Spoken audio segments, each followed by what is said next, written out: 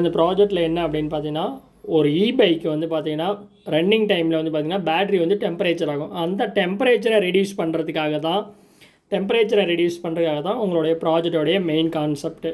So இதனால் என்ன நமக்கு பெனிஃபிட் அப்படின்னா, பேட்ரியோட டெம்பரேச்சருக்கு நார்மல் டெம்பரேச்சரில் மெயின்டைன் ஆக நமக்கு பேட்ரியோட பேக்கப்பும் அதிகமாக இருக்கும், பேட்ரியோட லைஃப் டைமும் அதிகமாக இருக்கும். இதுதான் உங்கள் ப்ராஜெக்டோடைய மெயின் ஓவர் கம் பண்ணக்கூடிய மெயின் கான்செப்ட்டு. சரிங்களா?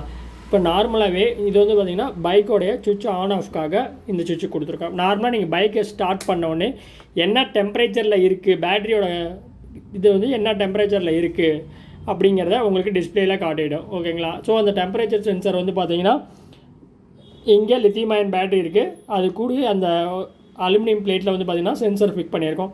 இதனால் என்ன ஆகுனா, ஹீட் அப்சர்வேஷன் அந்த அலுமினியம் பிளேட்டில் டக்குன்னு அப்சர்வேஷன் ஆகும். அதனால் இந்த சென்சர் இதில் ஃபிக்ஸ் பண்ணியிருக்கும் போது உங்களுக்கு என்ன ஆகுனா, ஹீட் எவ்வளோ இருக்குது அப்படிங்கிறத கெட் பண்ணுறதுக்கு ஈஸியாக இருக்கும். அதே மாதிரி ஒரு ஹீட் அப்சர்வேஷன் தன்மை அதிகம். அதனால்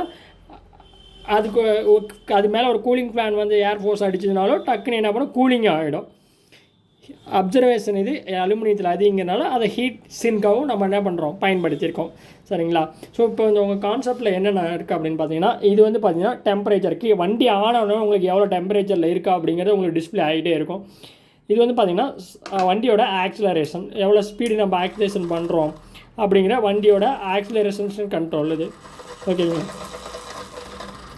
அதுக்கு அடுத்தது வந்து பார்த்திங்கன்னா இது ஹீட் சிங்க்கு. கீழே வந்து பார்த்திங்கன்னா லித்தியம்-அயன் பேட்டரி, இது வந்து கூலிங் செக்ஷன்.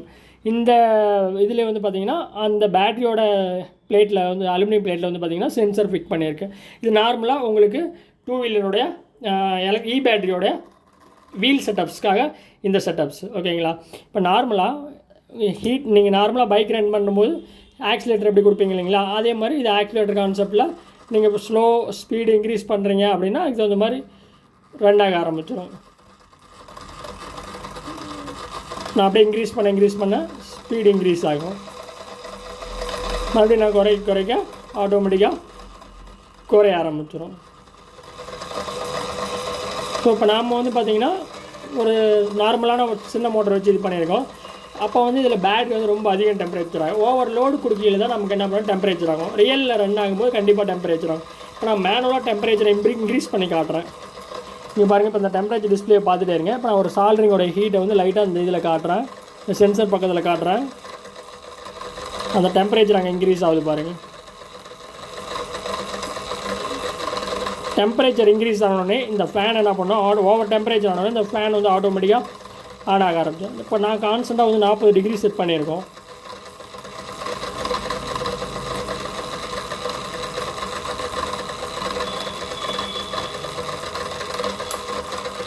ஃபேன் ரன் ஆக ஆரம்பிச்சிருச்சா பாருங்கள். மேலே ஏரில் நல்லாவே காற்று நல்லாவே பாருங்கள். இப்போ அந்த டெம்பரேச்சர் வந்து அதிகமாகிடுச்சு. இப்போ அந்த டெம்பரேச்சர் குறையிற வரைக்குமே அந்த ஃபேன் வந்து பார்த்திங்கன்னா இந்த ஃபேன் கண்டினியூஸாக ரன் ஆகிட்டே இருக்கும்.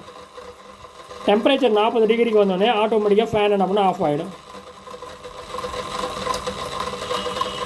பாருங்கள், ஃபேன் ஆஃப் ஆகிடுச்சு. டெம்பரேச்சர் 40 டிகிரி கீழே வந்தோடனே ஆட்டோமேட்டிக்காக ஃபேனு ஆஃப் ஆகிடுச்சு. இதுதாங்க உங்களுடைய ப்ராஜெக்டோடைய கான்செப்ட்.